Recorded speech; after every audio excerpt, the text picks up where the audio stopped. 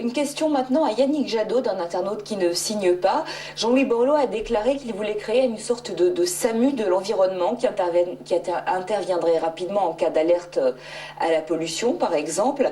Est-ce que vous savez, vous qui avez participé à ces travaux depuis le début, quels moyens le ministre pourrait employer pour mettre en œuvre ce SAMU de l'environnement? Et est-ce que c'est une promesse réaliste? C'est peut-être Jean-Louis Borloo qui vous envoie cette question. Hein. Écoutez, je ne sais pas. À la recherche d'idées, peut-être. On n'en a pas du tout discuté dans le Grenelle. En revanche, on a pas mal discuté des contributions climat-énergie, du GIEC, de beaucoup de choses sur le climat, de l'éco-pastille. L'idée, c'est vraiment d'envoyer des signaux très forts à la société, à l'économie, pour qu'elle aille vers le principe de précaution, vers le principe de responsabilité, mais qui, je suis d'accord avec vous, ça ne doit pas être un principe de culpabilité. On a une responsabilité sur l'état de l'environnement dans lequel on est.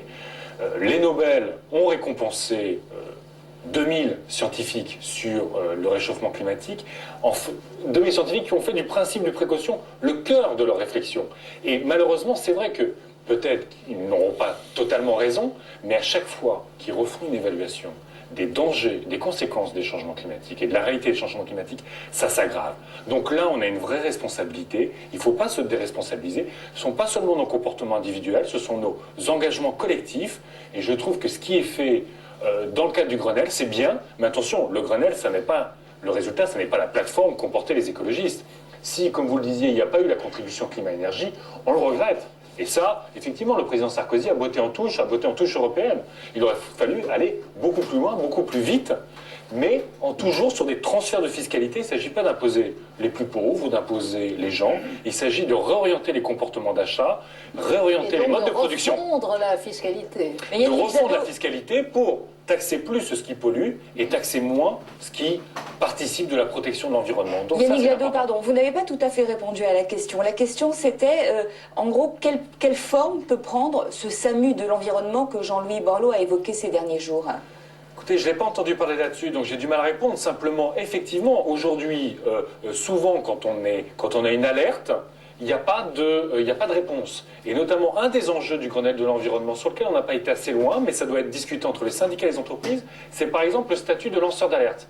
Quand un salarié aujourd'hui dans une entreprise dit « attention », mon entreprise est en train de porter atteinte à l'environnement, il n'est pas protégé par le droit du travail.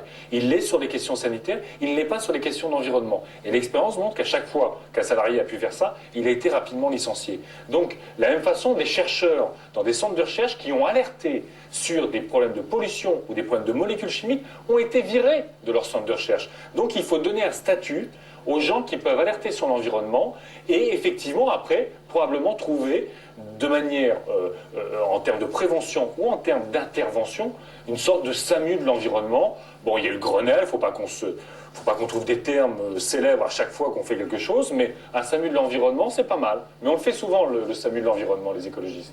Merci, Lana Morioussef.